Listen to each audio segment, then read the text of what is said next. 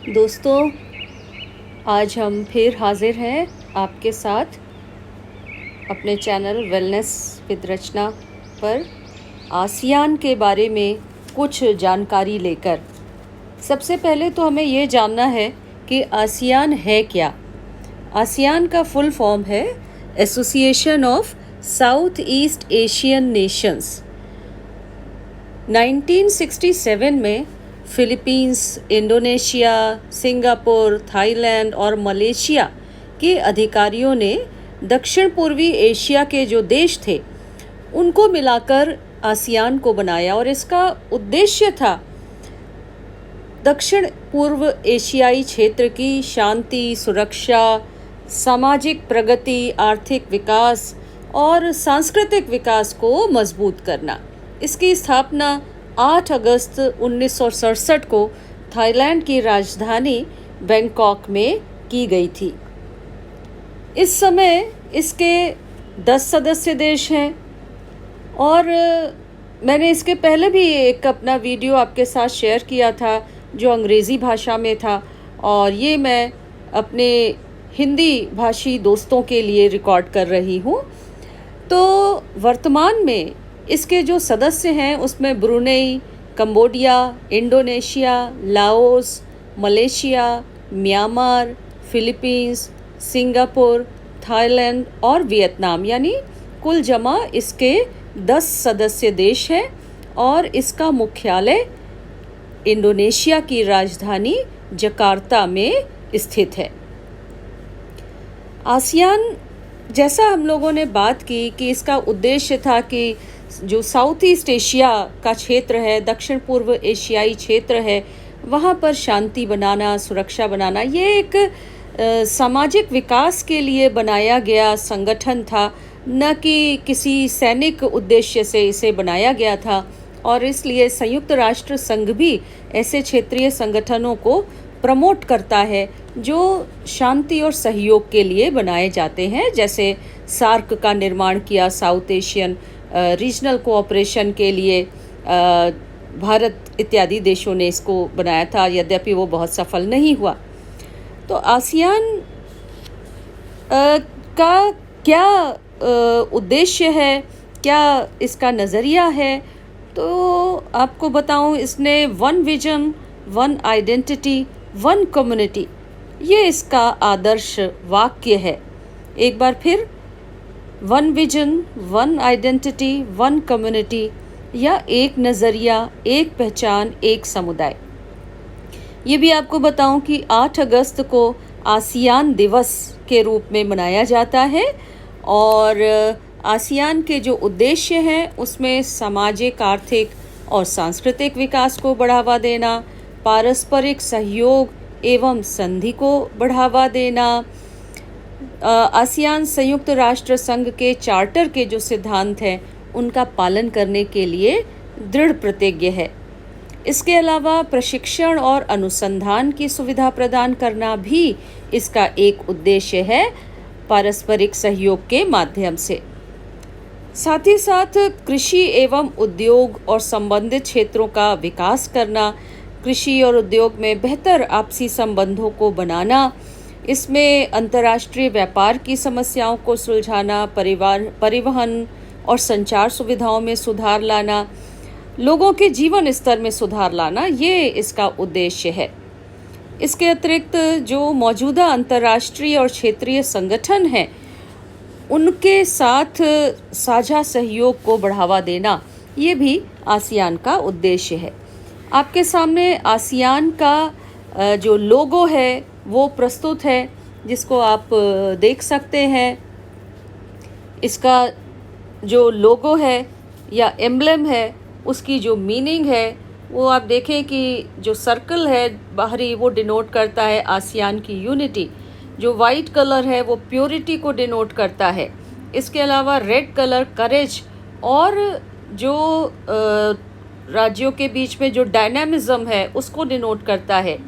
इसके अलावा जो ब्लू कलर है वो पीस और स्टेबिलिटी को, येलो कलर प्रॉस्पेरिटी को, और जो आप धारियाँ देख रहे हैं, जो पैडी धान की डंडियाँ हैं वो प्रॉस्पेरिटी को दिखाती हैं और साथ ही साथ सब मिलकर काम कर रहे हैं, एक साथ हैं, इसके विषय में इसके द्वारा बताया जा रहा है।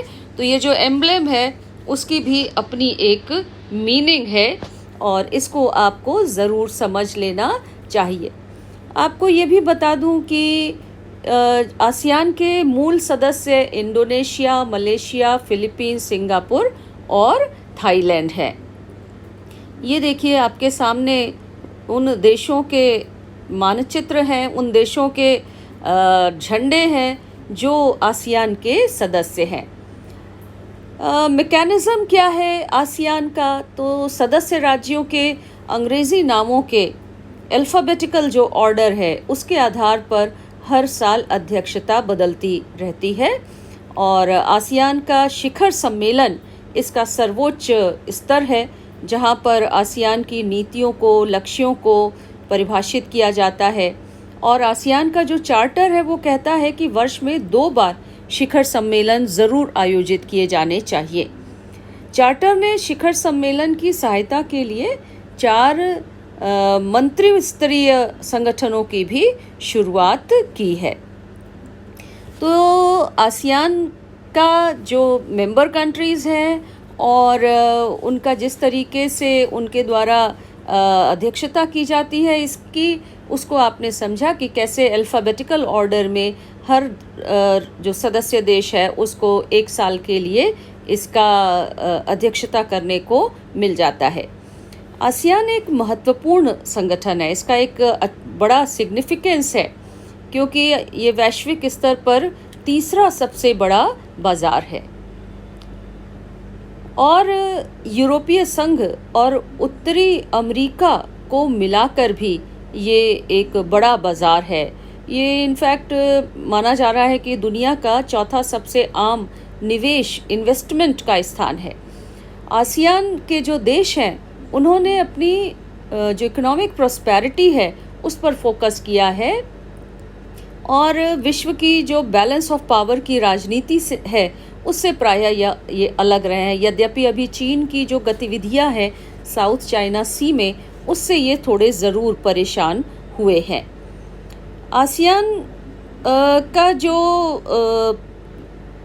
विश्व निर्यात का अनुपात है वो 2016 में 7% है, यानी इसकी जो वित्तीय संभावनाएं हैं व्यापार की दृष्टि से वो तेज़ी से बढ़ रही हैं। और अगर डेमोग्राफिकली आप देखें तो ये दुनिया की तीसरी सबसे बड़ी आबादी वाला क्षेत्र है और जिसकी आधी से अधिक आबादी 30 साल से कम उम्र की है। ये देखिए इसमें 10 सदस्य देश जो इसके मेंबर्स हैं उनको बताया जा रहा है। आसियान से जुड़े अगर मुद्दों को देखें तो जैसे मैंने कहा कि चीन को लेकर ये ज़रूर चिंतित है और चीन से कैसे निपटा जाए इसको लेकर आम सहमति नहीं बन पा रही है, जिसकी वजह से थोड़ी इसके सामने मुश्किल है। और दक्षिण चीन सागर का मुद्दा है वो इसकी जो फूट है, डिसयूनिटी है, उसको जाहिर करता है। इसके अलावा आसियान मानवाधिकार की चिंताओं पर भी विभाजित हो गया है और इसलिए कई बार ये देखा गया है कि वो मुद्दों का हल नहीं निकाल पाता है। भारत के लिए अगर देखा जाए तो आसियान का बड़ा महत्व है। अभी कुछ ही समय पहले 7 सितंबर 2023 को प्रधानमंत्री जी जकार्ता गए थे, जहां पर 20th आसियान भारत शिखर सम्मेलन और 18वां पूर्वी एशियाई सम्मेलन EAS हुआ था, जिसमें उन्होंने भाग लिया। EAS यानी ईस्ट एशिया समिट या पूर्वी एशिया शिखर सम्मेलन, ये एशिया पैसिफिक क्षेत्र के 18 देशों के नेताओं के द्वारा संचालित एक अनूठा मंच है। और इसका गठन क्यों किया गया? इसका गठन क्षेत्रीय शांति, सुरक्षा और समृद्धि के उद्देश्य से किया गया। इनफैक्ट जो क्षेत्रीय कॉमन जो स्ट्रेस हैं, चिंताएं हैं, उनका हल करने के लिए ये क्या चिंताएं हैं? तो राजनीतिक, सुरक्षा, आर्थिक मुद्दों पर कुछ दिक्कतें हैं, साथ ही साथ स्ट्रैटेजिक सामरिक वार्ता और सहयोग के लिए इसे एक मंच के रूप में विकसित किया है, जो रीजनल कोऑपरेशन के निर्माण में महत्वपूर्ण भूमिका निभाता है। ईस्ट एशिया ग्रुपिंग की जो अवधारणा थी वो पहली बार 1991 में मलेशिया के प्रधानमंत्री जो उस समय थे महाथिर बिन मोहम्मद, उनके द्वारा इसको लाया गया था, लेकिन इसकी स्थापना 2005 में की गई। अब आप पूछेंगे कि EAS के सदस्य देशों में कौन कौन है, तो इसमें आसियान के 10 सदस्य देश जो आपको मैंने पहले बताया था और अभी भी आपके सामने उनका चित्र है। इसके अलावा ऑस्ट्रेलिया, चीन, भारत, जापान, न्यूजीलैंड, दक्षिण कोरिया और US इसमें शामिल है। आप देख रहे हैं कि यहाँ पर इस स्लाइड में आसियान कंट्रीज़ की जो टोटल पॉपुलेशन है उसको इसमें बताया गया है, और साथ ही साथ ग्रॉस डोमेस्टिक प्रोडक्ट जो $3.2 ट्रिलियन है उसको आपके सामने प्रदर्शित किया है इस स्लाइड में। और इस नाते ये ग्रुप एक बड़ा महत्वपूर्ण रोल प्ले करता है जो साउथ ईस्ट एशियन रीजन है उसके इकोनॉमिक इंटीग्रेशन में। तो हम आप बात कर रहे थे EAS के बारे में।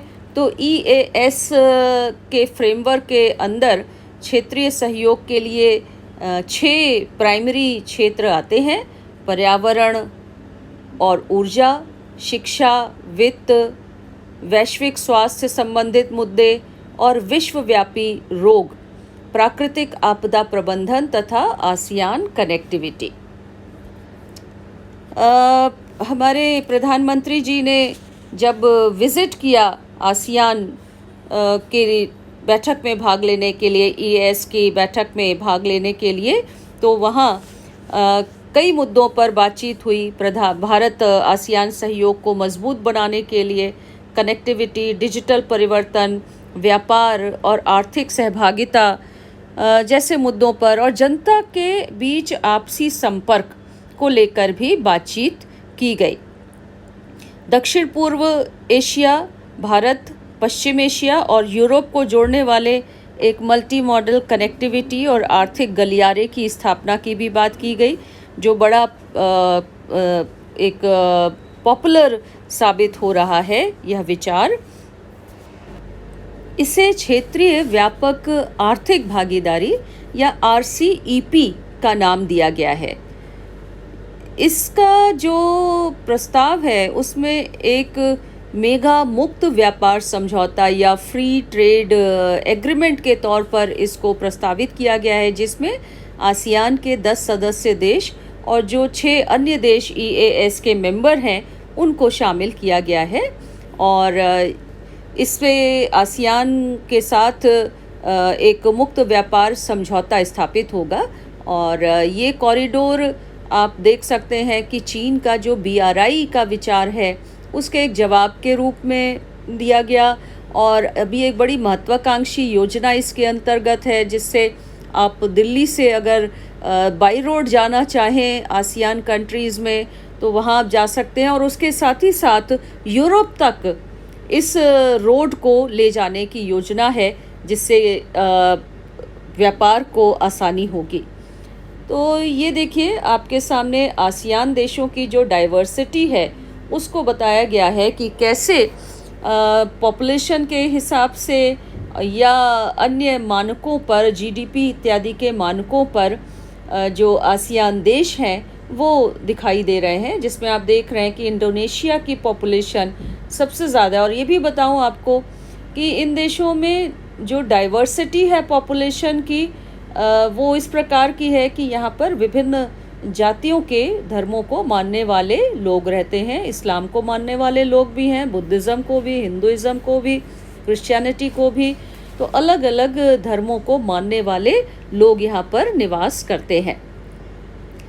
अब RCEP के बारे में अगर हम आगे बात करें तो बताऊं आपको कि जो RCEP का विचार है उसकी जो औपचारिक शुरुआत थी वो 2012 में कंबोडिया में जो 21वां आसियान शिखर सम्मेलन हुआ था उसी में ये शुरू किया गया था, ये विचार आया था RCEP का, और इसको ट्रांस पैसिफिक पार्टनरशिप या TPP, ट्रांस पैसिफिक पार्टनरशिप के एक विकल्प के रूप में देखा जा रहा है। RCEP के सदस्य देशों का जो कुल GDP है वो लगभग $24 ट्रिलियन है और इनकी जनसंख्या विश्व की कुल जनसंख्या का 39% है। एक और विचार जिसके बारे में हमें जानना चाहिए वो है ASEAN+3। ASEAN+3 प्रस्ताव का जो उद्देश्य है वो RCEP वार्ता में शामिल जो अन्य देश हैं उनके द्वारा दी जा रही रियायतों के समान चीन को वरीयता देने हेतु भारत पर दबाव डालना है। आप जानते हैं कि भारत और चीन के संबंधों में अभी जो दिक्कतें हैं उसको देखते हुए ये थोड़ा मुश्किल काम है। इसके अलावा इस तरह का प्रस्ताव भारत के लिए एक संदेश भी है कि यदि भारत RCEP वार्ता में दृढ़ रहता है तो चीन भारत की अनदेखी कर सकता है। तो इस तरीके की बातें दिखाई दे रही हैं आसियान के साथ जब हम भारत के संबंधों को देखते हैं। यहाँ इस स्लाइड में आपके सामने सारांश में जो भी बातें हम लोगों ने की हैं वो बताई गई हैं, और आपको ये भी बता दें कि ऑस्ट्रेलिया और न्यूजीलैंड भी RCEP वार्ता में भारत पर अधिक लचीली नीति अपनाने का दबाव डाल सकते हैं। और इसके पहले जापान भी एक क्षेत्रीय ब्लॉक के लिए वार्ता में भारत की भागीदारी पर बल दे रहा था, क्योंकि जापान का मानना है कि ये देश एक संतुलन कारक के रूप में कार्य कर सकता है। तो RCEP का एक बड़ा महत्वपूर्ण रोल भविष्य में हो सकता है।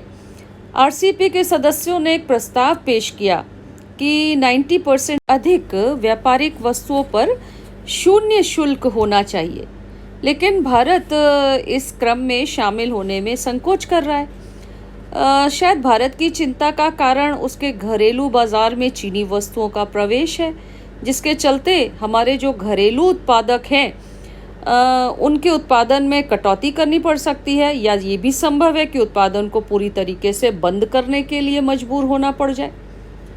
इस प्रस्ताव को यदि अंतिम रूप दिया जाता है तो वैश्विक GDP के 25% और विश्व व्यापार के 30% के साथ RCEP दुनिया का सबसे बड़ा मुक्त व्यापार ब्लॉक, फ्री ट्रेड ब्लॉक बन जाएगा। फ्री ट्रेड ब्लॉक का अहमियत आप समझते होंगे, व्यापार की स्वतंत्रता। दोस्तों, भारत और आसियान के संबंधों पर चलते चलते जल्दी से बात कर लेते हैं।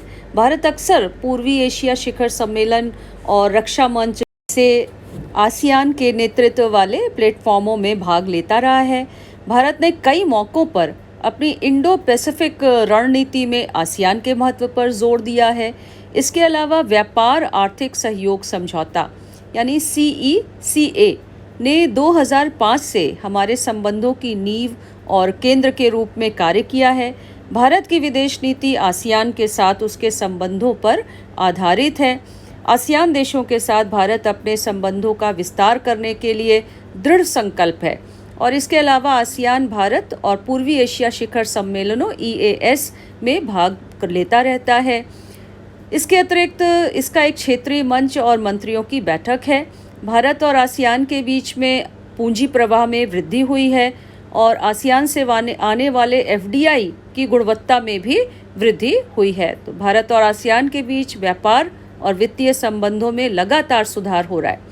भारत ने साझा मूल्य, सामान्य नियति विषय के तहत चर्चा सहयोग के 25 साल, शिखर स्तरीय जुड़ाव के 15 साल और रणनीतिक सहयोग के 5 साल का जश्न मनाया।